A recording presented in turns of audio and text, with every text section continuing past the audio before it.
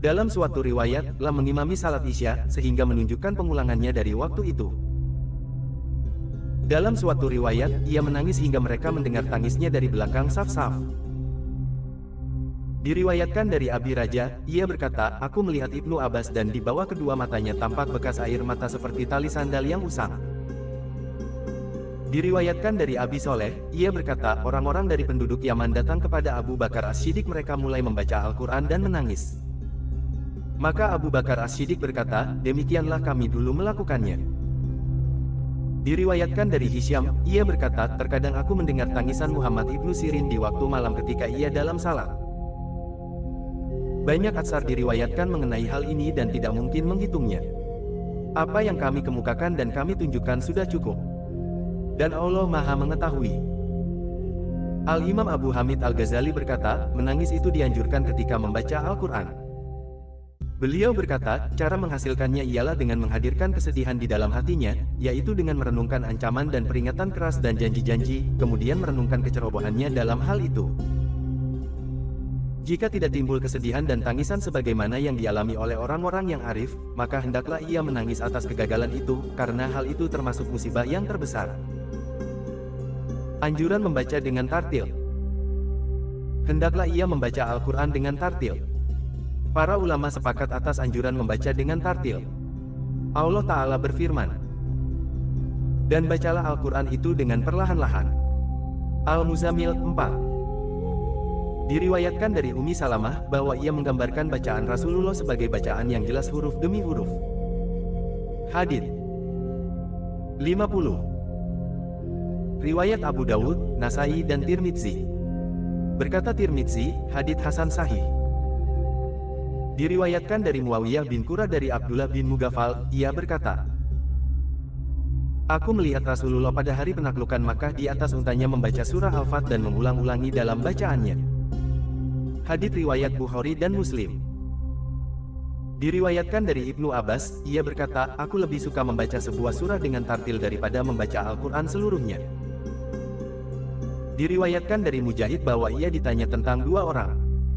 Yang satu membaca Al-Baqarah dan Ali Imran dan yang lain membaca Al-Baqarah saja, sedangkan waktu keduanya, rukuk, sujud dan duduknya sama.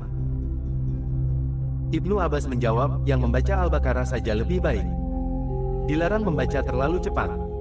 Diriwayatkan dari Abdullah bin Mas'ud bahwa seorang lelaki berkata kepadanya, aku membaca surah Al-Mufassal dalam satu rakaat. Maka Abdullah bin Mas'ud berkata, ini seperti memotong rambut karena cepatnya. Sesungguhnya ada orang-orang yang membaca Al-Quran dan tidak melampaui tenggorokan mereka. Akan tetapi jika masuk di dalam hati dan menjadi kokoh, maka ia pun bermanfaat. Hadits riwayat Bukhari dan Muslim. Ini lafaz Muslim dalam salah satu riwayatnya. Para ulama berkata, tartil dianjurkan untuk merenungkan dan untuk lainnya. Mereka berkata, dianjurkan membaca dengan tartil bagi orang bukan Arab yang tidak memahami maknanya, karena hal itu lebih dekat kepada pengagungan dan penghormatan dan lebih berpengaruh di dalam hati. Adab-adab membaca Al-Quran dalam salat dan lainnya. Dianjurkan apabila melewati ayat rahmat agar memohon karunia Allah Ta'ala. Dan apabila melewati ayat yang menyebutkan siksaan agar memohon perlindungan kepada Allah dari kejahatan dan siksaan. Atau 51. Berkata, ya Allah, aku mohon kesehatan kepadamu atau keselamatan dari setiap bencana. Apabila melewati ayat yang menyebut tanzih penyucian Allah Ta'ala, maka ia sucikan Allah Ta'ala dengan ucapan, Subhanallahi wa ta'ala atau Tabaraka wa ta'ala, Maha suci Allah dan Maha tinggi, atau Jalat Adamatu Rabbina, Maha agung kebesaran Tuhan kami. Telah diriwayatkan hadits sahih dari Hudzaifah ibnul Yaman, ia berkata, pada suatu malam aku salat bersama Nabi. Beliau memulai dengan surah Al-Baqarah. Maka aku katakan, dalam hati, beliau ruku ketika mencapai 100 ayat. Ternyata beliau meneruskan bacaannya. Maka aku katakan, beliau salat dengan membacanya dalam satu rakaat. Ternyata beliau meneruskan bacaannya. Kemudian beliau memulai surah An-Nisa, dan membacanya.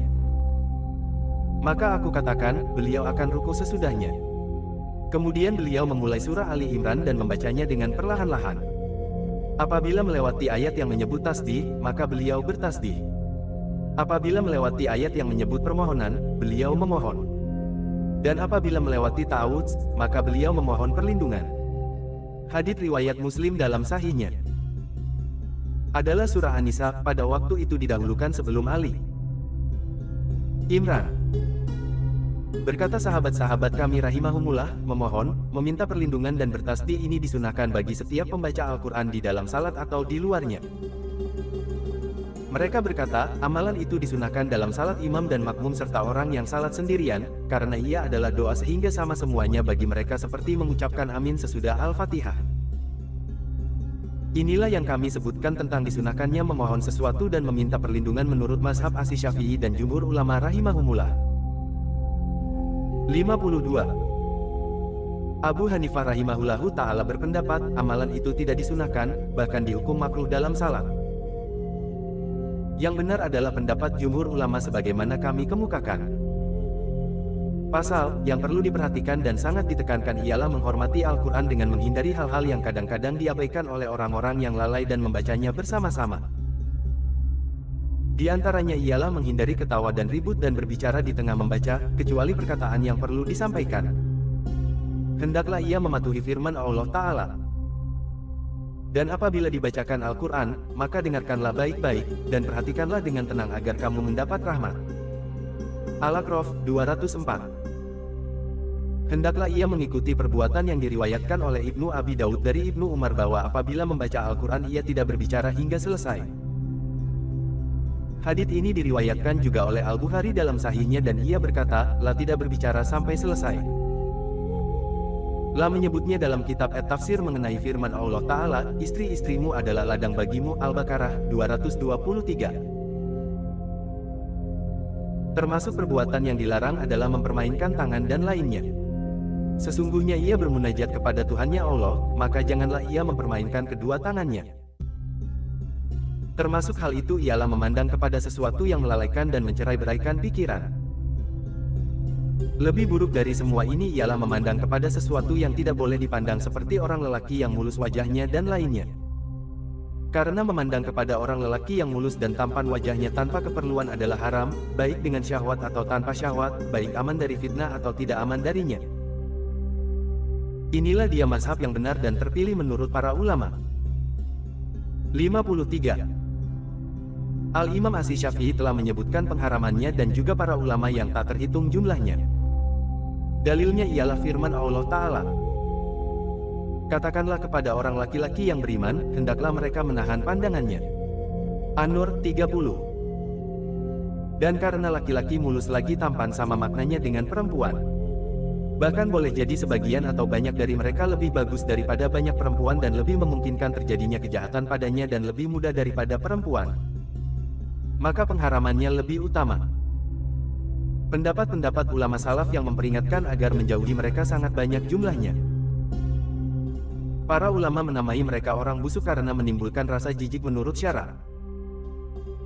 Adapun memandang kepadanya di waktu jual beli, mengambil dan memberi, berobat dan mengajar dan sebagainya yang diperlukan, maka dibolehkan karena darurat.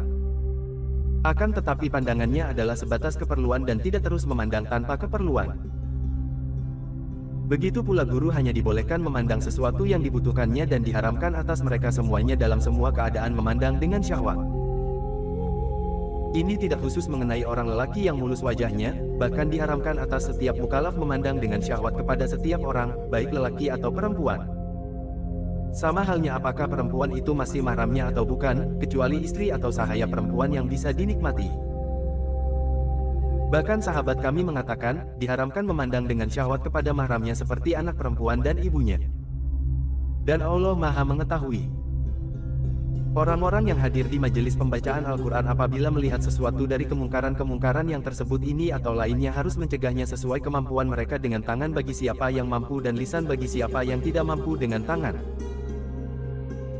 54. Dan mampu dengan lisan. Kalau tidak, hendaklah ia mengingkarinya dengan hatinya. Dan Allah Maha mengetahui. Pasal, tidak boleh membaca Al-Quran dengan selain bahasa Arab, baik ia pandai membaca bahasa Arab atau tidak bisa membacanya. Sama halnya apakah di dalam salat atau di luarnya. Jika ia membaca dengan selain bahasa Arab, maka salatnya tidak sah. Ini adalah mazhab kami dan mazhab Malik, Ahmad, Daud dan Abu Bakar Ibnul Munzir. Abu Hanifah berkata, boleh membacanya dengan selain bahasa Arab dan salatnya sah. Abu Yusuf dan Muhammad berkata, boleh membacanya bagi orang yang tidak pandai mengucapkan bahasa Arab dan tidak boleh bagi yang tidak pandai mengucapkan bahasa Arab. Boleh membaca Al-Quran dengan 7 macam bacaan. Boleh membaca Al-Quran dengan 7 macam bacaan yang telah disepakati dan tidak boleh membaca dengan selain bacaan yang 7 maupun dengan riwayat-riwayat asing, syadzah, yang dinukil dari ahli baca Al-Quran yang berjumlah 7. Insya Allah dalam bab ke-7 akan dijelaskan kesepakatan para fuqaha tentang suruhan bertaubat kepada orang yang membaca dengan bacaan-bacaan yang asing, syadzah, apabila dia membaca dengannya. Para sahabat kami dan lainnya berkata, andai kata ia membaca dengan bacaan yang syadzah dalam salat, batallah salatnya jika ia mengetahui. Jika tidak tahu, maka salatnya tidak batal dan bacaan itu tidak diperhitungkan baginya. Al-Imam Abu Amr bin Abdul Bar Al-Hafidh telah menukil adanya ijma kaum muslimin bahwa tidak boleh membaca dengan bacaan yang asing, syadz, dan tidak boleh salat di belakang imam yang membaca dengannya. 55. Para ulama berkata, barang siapa membaca dengan bacaan yang syadz, jika ia tidak mengetahuinya atau tidak mengetahui pengharamannya, maka ia pun diberitahu tentang hal itu. Jika ia mengulanginya atau mengetahuinya, maka ia pun dihukum dengan keras hingga berhenti melakukannya. Wajib atas setiap orang yang sanggup menegur dan mencegahnya untuk menegur dan mencegahnya. Pasal, apabila memulai dengan bacaan salah seorang ahli baca Al-Quran, hendaklah ia tetap membaca dengan bacaan itu selama kalamnya berkaitan dengannya. Apabila kaitannya berakhir, ia boleh membaca dengan bacaan ahli baca yang lain di antara 7 ahli baca. Yang lebih utama ialah tetap membaca dengan bacaan pertama di majelis ini. Pasal, para ulama berkata, yang terpilih ialah membaca menurut tertib mushaf. Maka ia baca Al-Fatihah, kemudian Al-Baqarah, kemudian Ali Imran, kemudian berikutnya menurut tertib. Sama halnya apakah ia membaca di dalam salat atau di tempat lainnya. Seorang sahabat kami berkata, apabila ia membaca dalam rakaat pertama surat Qul A'udzu Birabbin Nas, maka ia membaca dalam rakaat kedua berikutnya yaitu Al-Fatihah dari surah. Seorang sahabat kami berkata, disunahkan ketika membaca sebuah surah untuk membaca surah yang berikutnya. Dalilnya ialah bahwa tertib mushaf dibuat begini karena adanya suatu hikmah. Maka patutlah ia memelihara hikmah itu, kecuali yang dikecualikan oleh syarat seperti salat subuh pada hari Jumat. Dalam rakaat pertama dibaca surah As-Sajdah dan rakaat kedua Hal Ata'a 'alal Insan.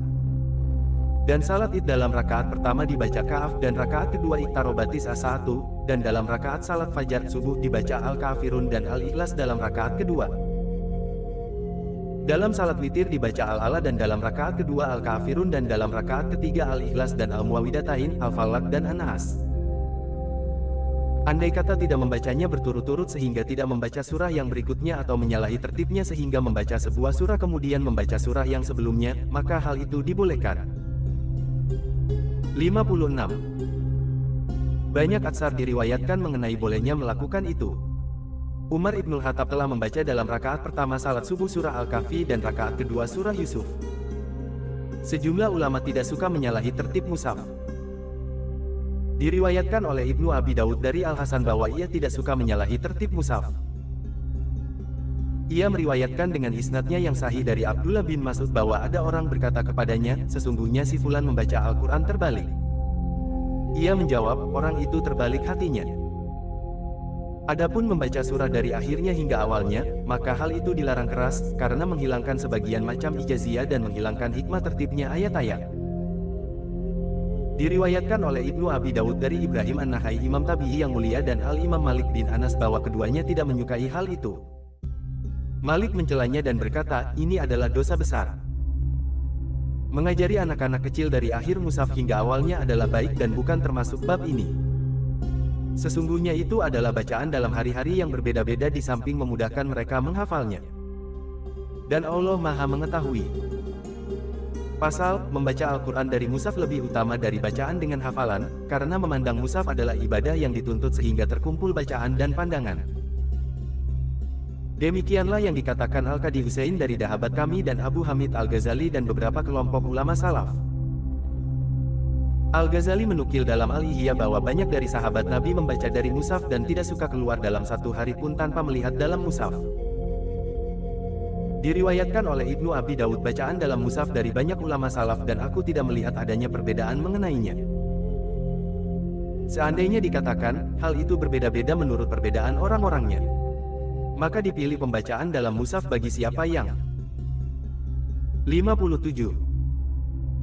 Sama kehusukannya dan perenungannya dalam dua keadaan, yaitu membaca dalam mushaf dan secara hafalan. Dan dipilih pembacaan secara hafalan bagi siapa yang tidak sempurna kehusukannya dan perenungannya dan dipilih membaca dalam mushaf bila mana kehusukan dan perenungannya bertambah. Ini adalah pendapat yang baik. Yang jelas perkataan ulama salaf dan perbuatan mereka diartikan menurut rincian ini.